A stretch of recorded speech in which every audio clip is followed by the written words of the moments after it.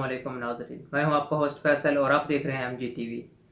ناظرین، آج کے اس پروگرام میں ہم بات کریں گے پاکستان میں جاری سیاسی گرما گرمی کی، اور اس موضوع پر تفصیلی گفتگو کرنے کے لیے آج ہمارے ساتھ موجود ہیں ایئر وائے نیوز سے اسپیشل کورسپونڈنٹ ذوالقرنین حیدر۔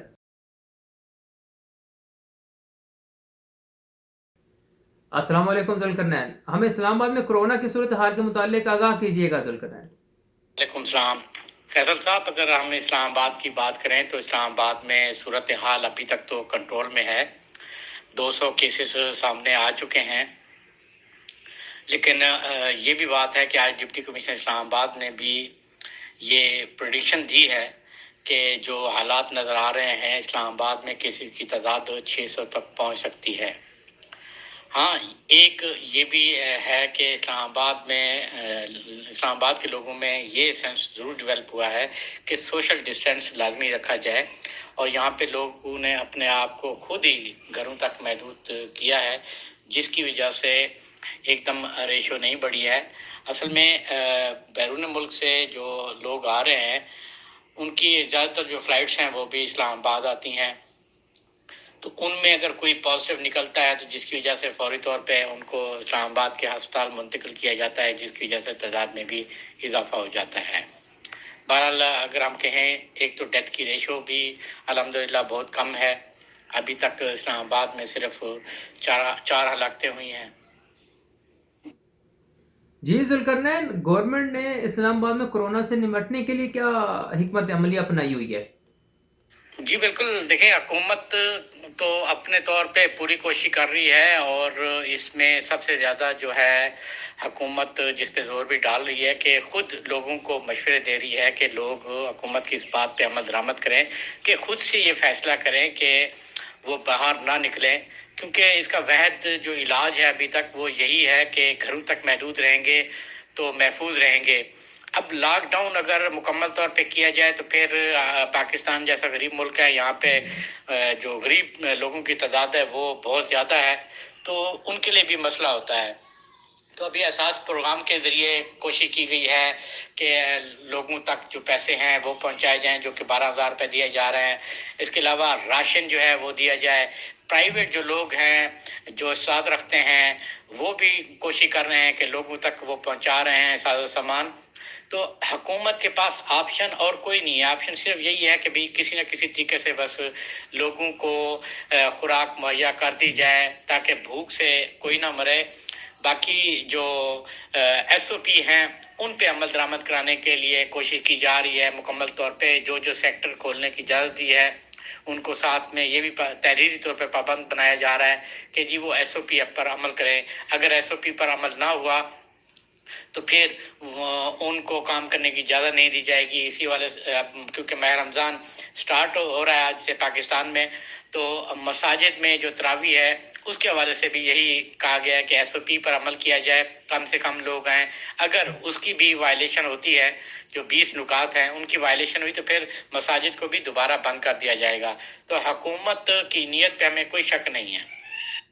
جی ذوالقرنین، آٹا چینی کی رپورٹ اور اس پر گورنمنٹ کی سنجیدگی اور اس معاملے پر JIT کے متعلق ذرا بتائیے گا۔ دیکھیں، آٹا چینی اسکینڈل کے حوالے سے آپ کا جو سوال ہے وہ میں بتا چلوں کہ 25 کو رپورٹ جو ہے فرنزک کی منگوائی گئی تھی، لیکن وہ ڈیلے ہے۔ اس میں کئی پیچیدگیاں ہیں کیونکہ آڈٹ کی جو ٹیمیں ہیں ان کو بھی لگایا گیا ہے، تو اس میں ابھی وقت لگے گا۔ وہ رپورٹ جو ہے لیٹ ہے، خیال یہی ہے کہ وہ مئی میں آ جائے گی، مئی کے پہلے ہفتے میں۔ وہ جب رپورٹ آتی ہے تو اس کے بعد پھر کارروائی کا آغاز ہوگا۔ دوسری بات یہ ہے کہ عمران خان وزیر اعظم کی نیت پہ تو ہم شک ہی نہیں کر سکتے، وہ تو مکمل طور پہ تیار ہیں۔ مسائل یہ ہیں کہ پاکستان جو ہے ایک مافیا کے گرد پھنسا ہوا ہے، اور وہ مافیا اتنا مضبوط ہے کہ اس ملک کا جو وزیر اعظم ہے وہ خود مجبور ہو جاتا ہے کہ کیا کروں۔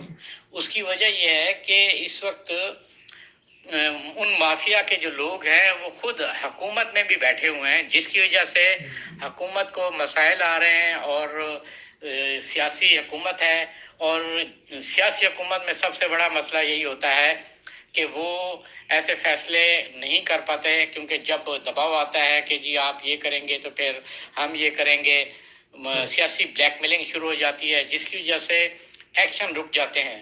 تاہم ابھی تک تو وزیر اعظم مکمل طور پہ ڈٹے ہوئے ہیں کہ جی ہم ایکشن کریں گے۔ اب رپورٹ کا انتظار ہے، جب تک رپورٹ نہیں آتی اس وقت تک کچھ بھی کہنا قابل وقت ہے۔ رپورٹ آئے گی تو پھر آئیڈیا لگایا جائے گا کہ اب حکومت کتنی سنجیدہ ہے، یا وزیر اعظم جو ہے وہ کتنے سنجیدہ ہیں اس معاملے میں، اور ایکشن کرنے کے لیے بھی وہ تیار ہیں۔ آپ نے بات کی ہے جی جے آئی ٹی کے حوالے سے۔ دیکھیں وہ جے آئی ٹی جو ہے وہ نیب نے بنانی ہے، کیونکہ نیب کے پاس یہ اختیار ہے کہ وہ کوئی بھی بڑا کیس جو ہے وہ اپنے پاس منگوا سکتا ہے، لے سکتا ہے خود سے۔ تو وہ نیب کی جانب سے فیصلہ کیا گیا ہے کہ جے آئی ٹی بنائی جائے گی، تو وہ تقریباً 27 تاریخ سے اس پہ کام شروع ہو جائے گا، اور جے آئی ٹی جب بنے گی پھر اس میں بھی تحقیقات شروع ہو جائیں گی۔ وہ بھی ایک نیا آپ کہہ لیں پنڈورا باکس وہاں بھی کھلے گا، کیونکہ وہ پرانی رپورٹس کا بھی جائزہ لے رہے ہیں، تو کئی ایسے لوگ بھی سامنے آئیں گے جو اس رپورٹ میں نہیں ہیں تو پرانی رپورٹ میں بھی آ جائیں گے۔ صحیح جی ذوالقرنین، اس رپورٹ سے سب سے زیادہ کس پارٹی کو خدشہ ہے؟ دیکھیں جی اس رپورٹ سے جو آپ کہہ لیں کہ کون زیادہ متاثر ہو سکتا ہے، وہ حکومتی پارٹی متاثر ہو سکتی ہے، کیونکہ 2-3 بڑے نام ہیں جو سامنے آئے ہیں، اور اگر ان کے خلاف کارروائی ہوتی ہے تو یقیناً صرف وہ لوگ متاثر نہیں ہوں گے، حکومت خود متاثر ہوگی، حکومت پر بھی سوالیہ نشان ہوگا کہ ایسے لوگوں کو انہوں نے اپنے پاس کیوں رکھا ہوا تھا۔ اب مجبوری یہ ہے کہ خسرو بختیار کی اب بات کریں، وہ جنوبی پنجاب محاذ جو بنا ہوا ہے اس کو لیڈ کر رہا ہے، اور ان کے ووٹوں سے ہی حکومت بنی ہے، تو وہ بھی حکومت کے لیے بڑا مسئلہ ہے۔ کارروائی کرتے ہیں تب بھی مسئلہ ہے، نہیں کرتے تب بھی مسئلہ ہے۔ یہ مسائل آگے چلیں گے، اور سب سے زیادہ متاثر حکومت اس وقت ہی ہوگی، کیونکہ جو باقی لوگ ہیں، دیکھیں شریف خاندان کی اگر بات کریں تو وہ آلریڈی زیر تاب ہیں۔ زیر تاب سے مراد یہ ہے کہ ان کے پہلے ہی اتنے کیسز کھلے ہوئے ہیں کہ اب وہ عادی ہو گئے ہیں، ان کے تو کیسز ان کے خلاف چلیں گے ہی چلیں گے۔ پھر دوسری بات یہ ہے کہ ان کا اہم جو اتحادی ہے جو پنجاب میں اس وقت جو مضبوط بنا کے بیٹھا ہے پی ٹی آئی کو، وہ ہے چودھری گروپ، یعنی کاف لیگ۔ ان کے خلاف بھی کارروائی ہوتی ہے تو پھر بھی حکومت متاثر ہوتی ہے، یعنی بڑی سے بڑی کارروائی جو بھی ہوگی اس سے حکومت ضرور متاثر ہوگی۔ صحیح، چلے بہت شکریہ ذوالقرنین اپڈیٹ کرنے کا، اللہ حافظ۔ جی ناظرین، اب آنے والے وقتوں میں دیکھنا یہ ہے کہ ان سب مسائل کا پی ٹی آئی کس طریقے سے حل نکالتی ہے۔ ناظرین، اپنے ہوسٹ فیصل کو اجازت دیں، اگلے پروگرام میں ملتے ہیں مزید تازہ ترین خبروں کے ساتھ، تب تک کے لیے اللہ حافظ۔ ارے کہاں جا رہے ہیں آپ؟ سبسکرائب تو کرتے جائیں۔